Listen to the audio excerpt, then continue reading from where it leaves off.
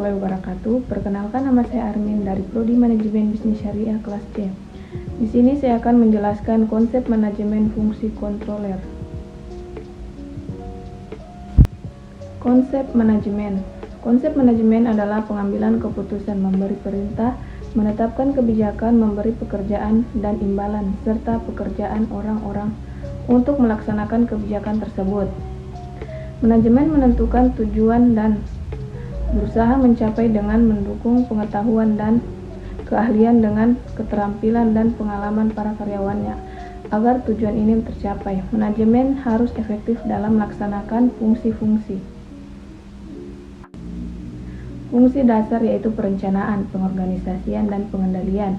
Perencanaan dan pengorganisasian merupakan fungsi dasar manajemen eksekutif, sementara pengendalian terutama merupakan wewenang manajemen operasi. Ketiga fungsi tersebut membutuhkan peran serta meningkatkan manajemen. Perencanaan merupakan proses perubahan atas peluang dan dari luar penetapan tujuan yang diinginkan dan bermanfaat sumber daya guna mencapai tujuan tersebut. Perencanaan meliputi penyelidikan terhadap bidang-bidang seperti keadaan perusahaan yang sesungguhnya, kebijakan utamanya, dan penentuan waktu dalam mencakup luas serta faktor-faktor lain yang ada kaitannya dengan rencana jangka pendek dan jangka panjang. Perencanaan yang efektif didasarkan pada analisis atas fakta-fakta yang dikumpulkan.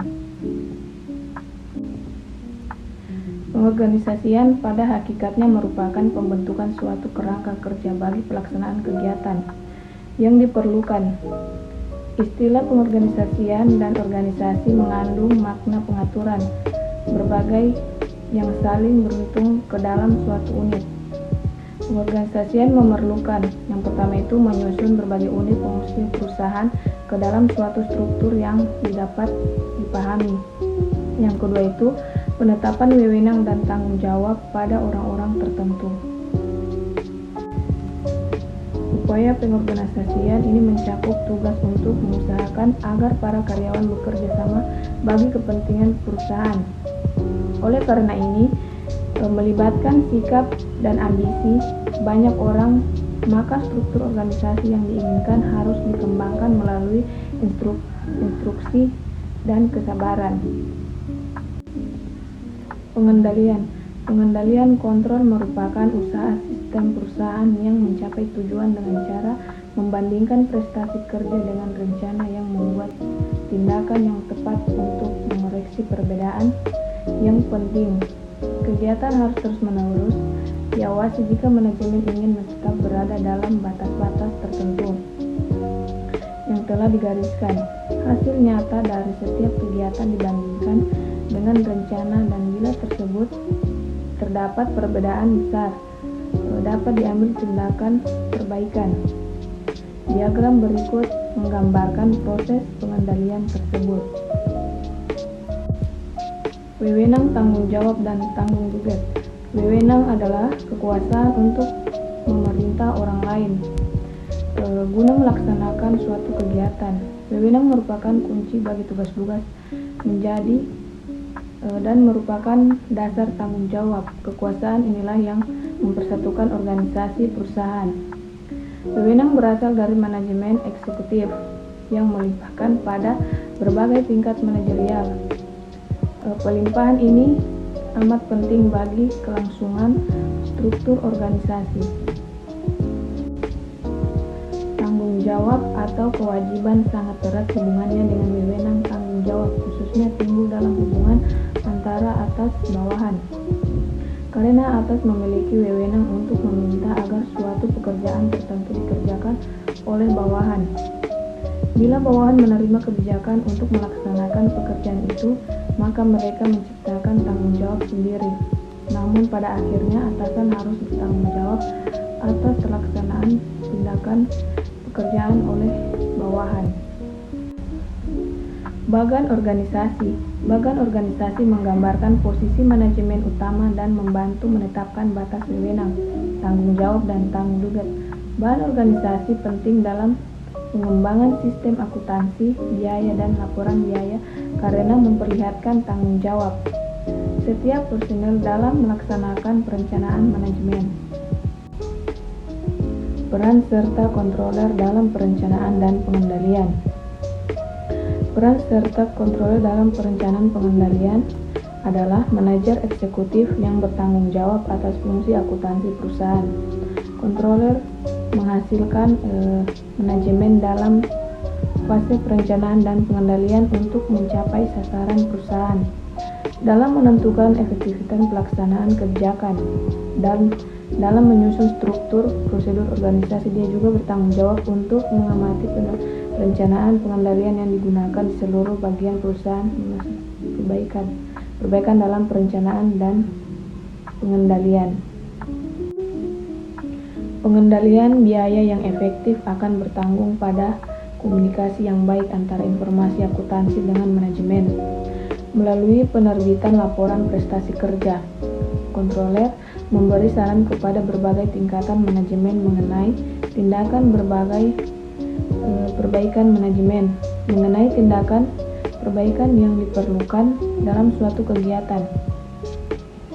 Laporan ini mengemukakan penyimpangan dari rencana yang telah ditentukan sesuai dengan prinsip manajemen berdasarkan penyimpangan.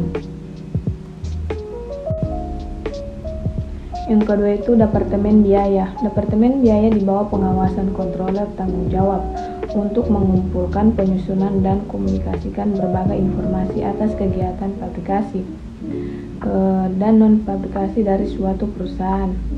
Departemen ini harus mengadakan analisis atas semua biaya fabrikasi, pemasaran, dan administrasi. Laporan pengendalian yang utama dan data pengambilan keputusan lainnya juga harus disediakan bagi ini untuk para manajer serta dalam mengendalikan dan biaya serta operasi. Pembagian fungsi yang baik di Departemen Biaya akan banyak dipermudahkan analisis untuk biaya dan penyusunan laporan. Fungsi-fungsi ini harus dikoordinasikan dengan fungsi akuntansi lainnya seperti akuntansi umum yang erat hubungannya dengan akuntansi biaya. Fungsi Departemen Biaya juga harus dikoordinasikan dengan beberapa fungsi departemen tersebut. Departemen Fabrikasi di bawah pengawasan para ahli karyawan dan pengawas pabrik bertugas membuat rancangan dan pengendalian produksi. Dalam penelitian dan pengembangannya akan dibuat biaya setiap jenis bahan pekerjaan dan proses mesin-mesin guna untuk menentukan apakah penerima atau menolak suatu rancangan. Departemen penulis mengendalikan rangkaian wawancara dan pemilihan pegawai untuk berbagai klarifikasi pekerjaan. Departemen ini membuat catatan pegawai yang mencakup tingkat gaji dan metode pemberian upah bagi setiap karyawan. Informasi ini merupakan dasar bagi perhitungan biaya gaji dan menghitung hubungan pekerja dengan komponen biaya dan kegiatan, jasa atau barang yang diproduksi. Departemen Dana bertanggung jawab atas administrasi keuangan perusahaan dalam menyusun skedul kebutuhan kas dan taksirannya. Departemen ini berpedoman pada anggaran dan laporan-laporan lain Departemen Biaya. Departemen Pemasaran menginginkan hasil produksi yang bermutu dengan harga bersaing agar dapat menarik pelanggan, meskipun harga jual tidak dapat ditentukan semata-mata dengan menambahkan persentase tertentu pada harga pokok biaya, namun biaya jelas tidak dapat diabaikan. Manajer pemasaran menggunakan data biaya tersebut untuk mengetahui produk yang paling menguntungkan dan kebijakan penjualan yang paling baik. Departemen Perhubungan Masyarakat terutama berfungsi untuk memelihara hubungan yang baik antara perusahaan dengan masyarakat luar, khususnya para pelanggan dan pemegang saham. Pertentangan mungkin akan timbul dalam hal harga gaji, laba, dan dividen. Di sini Departemen Biaya dapat diminta untuk memberikan informasi dasar yang berguna bagi masyarakat sehubungan dengan kebijakan dalam hal-hal yang dipertentangan tersebut.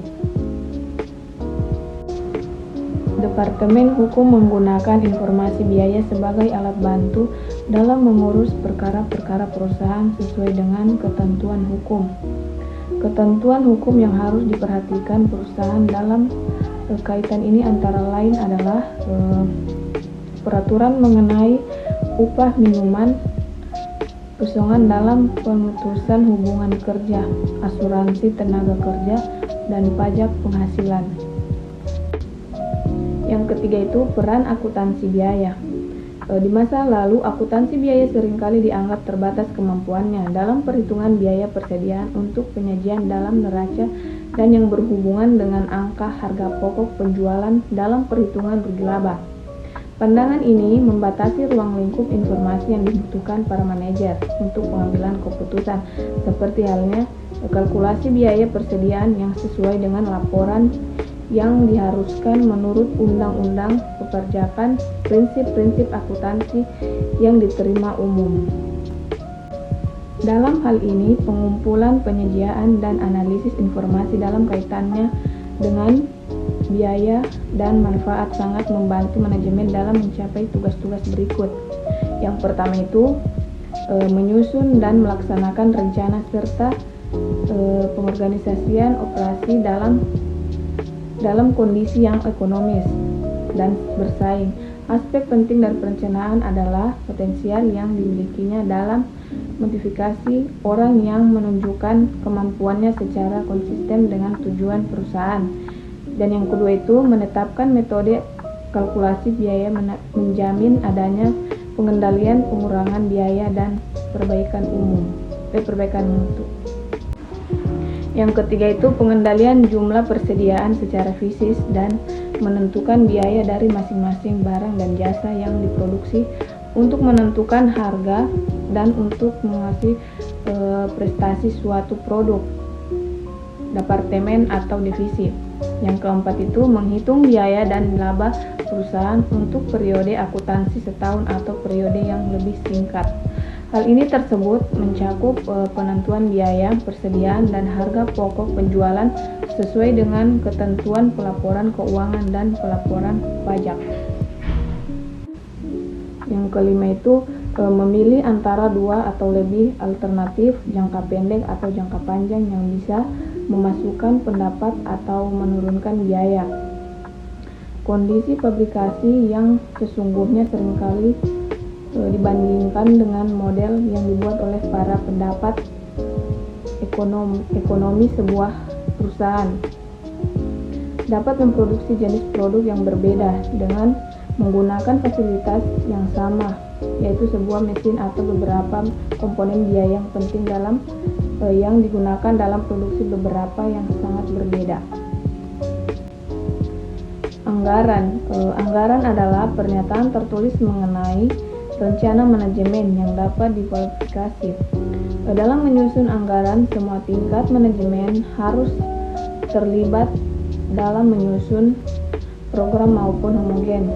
Anggaran bermanfaat hanya dapat membantu mempererat kerjasama para karyawan, memperjelas kebijakan dan rencana kerja,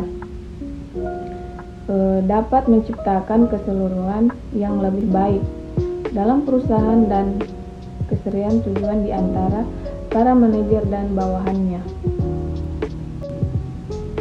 Akuntansi biaya dan penganggaran memainkan peran penting dalam mempengaruhi perilaku perorangan dan kelompok pada semua tahap proses manajemen yang meliputi tahap. Yang pertama itu mendapatkan saran, yang kedua menyediakan informasi kepada karyawan mengenai apa yang harus mereka kerjakan agar sasaran ini tercapai. Yang ketiga itu pemotivasian karyawan agar bekerja seperti yang diinginkan. Yang keempat itu pengefisien prestasi kerja. Yang kelima pengajuan saran untuk pengambilan tindakan perbaikan unsur. Unsur berikut ini disarankan sebagai sarana untuk motivasi agar upaya mencapai sasaran yang telah ditentukan dalam anggaran. Yang pertama, sistem pengajian yang mengembangkan dan mempertahankan hubungan hasil kerja dan imbalan yang bisa diterima karyawan. Yang kedua itu, sistem penilaian prestasi kerja yang dapat dimengerti oleh karyawan, berkenan dengan dan hasil dari masing-masing karyawan, bertugas serta tanggung jawab mereka, tingkat ruang lingkup tanggung jawab mereka dalam pengambilan keputusan serta waktu yang diperoleh untuk bernilai hasil kerja mereka. Yang ketiga itu sistem komunikasi yang memungkinkan para karyawan untuk mengajukan pertanyaan kepada atasan dengan komunikasi yang jujur dan saling mempercayai.